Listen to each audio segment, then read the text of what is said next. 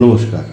আজ ২৬শে মার্চ সংস্কৃত ভাষার অধ্যাপক ও সঙ্গীতশিল্পী মহামহোপাধ্যায় গোবিন্দগোপাল মুখোপাধ্যায়ের প্রয়াণ দিবস। তিনি ১৯১৮ খ্রিস্টাব্দের ২৩শে মে বর্তমান ঝাড়খণ্ড রাজ্যের দেওঘর জেলার বৈদ্যনাথ ধামে জন্মগ্রহণ করেন। তাঁর বাবা প্রাণগোপাল মুখোপাধ্যায় সংস্কৃতজ্ঞ পণ্ডিত ছিলেন।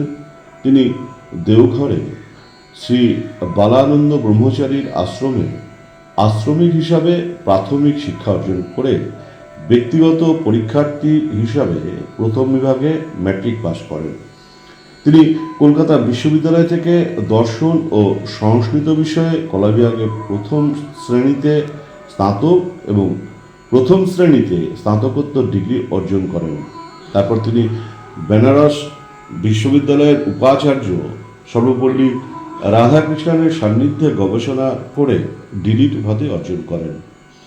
বেনারস থেকে ফিরে এসে তিনি কৃষ্ণনগর গভর্নমেন্ট কলেজের সংস্কৃত ভাষার অধ্যাপক হিসাবে কর্মজীবন শুরু করেন। তারপর কলকাতার প্রেসিডেন্সি কলেজ ও সংস্কৃত কলেজে কৃতি অধ্যাপক হিসাবে নিযুক্ত হন এবং বর্ধমান বিশ্ববিদ্যালয়ের সংস্কৃত বিভাগের বিভাগীয় প্রধান হিসাবে অবসর গ্রহণ করেন। তিনি দীর্ঘ ৫০ বছর রামকৃষ্ণ মিশনের সঙ্গে যুক্ত ছিলেন এবং অধ্যাপনা থেকে অবসর গ্রহণের পরে জাতীয় শিক্ষা পরিষদ, রবীন্দ্রভারতী বিশ্ববিদ্যালয় ও যাদবপুর বিশ্ববিদ্যালয়ের সাথে যুক্ত হন। এছাড়া তিনি Shri Aurobindo Bhavan, Bharat Seva Sangha, Shri Aurobindo institute of culture ও সারদা মঠের সাথে নিয়মিত যোগাযোগ রাখতেন। অধ্যাপনার পাশাপাশি তিনি একজন খ্যাতিমান সঙ্গীত শিল্পী হিসাবে সুপরিচিত ছিলেন। বিশিষ্ট কবি, অভিনেতা, রাজনীতিবিদ, গীতিকার ও সুরকার সিধু জাঠা ওরফে হরেন্দ্রনাথ চট্টোপাধ্যায় এবং বিখ্যাত সঙ্গীতজ্ঞ, সঙ্গীত পরিচালক, গীতি রচয়িতা, সুরকার ও গায়ক দিলীপ কুমার ঘোষের কাছে সঙ্গীত শিক্ষা গ্রহণ করেন। প্রখ্যাত শিল্পী ভারতরত্ন এম.এস.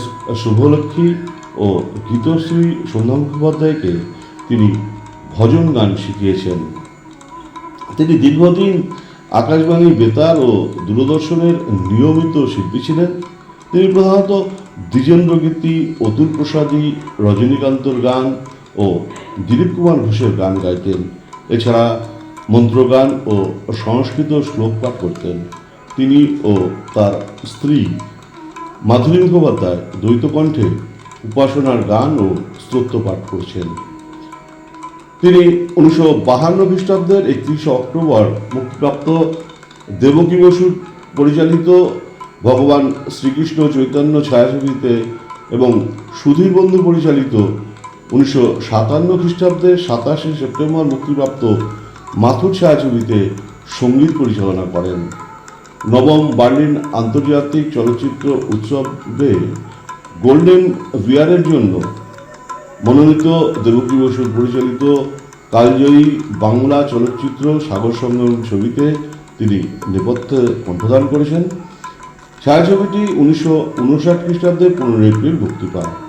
এছাড়া ১৯৬৩ খ্রিস্টাব্দে মুক্তিপ্রাপ্ত অজয়কর পরিচালিত এবং সৌমিত্র চট্টোপাধ্যায় ও সুচিত্রা সেন অভিনীত বাংলা চলচ্চিত্র সাত পাকে বাঁধা ছায়াছবিতে নেপথ্যে কণ্ঠ দিয়েছেন।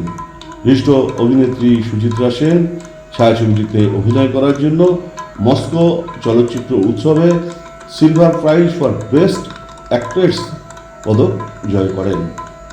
তিনি চেতনার আরোহণী, পত্রপ্রসাদ, মহাজন সংবাদ, ত্রয়ী ত্রিধারা, দিলীপ কুমার রায়ের জীবনী ও গানে, শ্রী গুরু বালানন্দ সংবাদ, গীতার কথা, ভগবতের কথা, শ্রীমদ্ ভগবতের কথা, শ্রুতি সঞ্চয়নামা ইত্যাদি উল্লেখযোগ্য গ্রন্থগুলি রচনা করেছেন। শিক্ষা ও সঙ্গীতের জন্য তিনি মহামহোপাধ্যায় উপাধি ও রাষ্ট্রপতি সম্মানে ভূষিত হন। এছাড়াও নানা সম্মানে তিনি সম্মানিত হয়েছেন। তিনি ২০০৯ খ্রিস্টাব্দের আজকের দিনে কলকাতায় শেষ নিঃশ্বাস ত্যাগ করেন। প্রয়াণ দিবসে সংস্কৃত ভাষার অধ্যাপক ও সঙ্গীতশিল্পী মহামহোপাধ্যায় গোবিন্দ গোপাল মুখোপাধ্যায়কে জানাই বিনম্র শ্রদ্ধা এবং আজকের দিনটি যে সকল উজ্জ্বল তারকা স্মরণীয় করে রেখেছেন তাদেরও জানাই সশ্রদ্ধ প্রণাম। আমার প্রতিদিনের শ্রোতা বন্ধুদের জানাই আন্তরিক ধন্যবাদ। নমস্কার।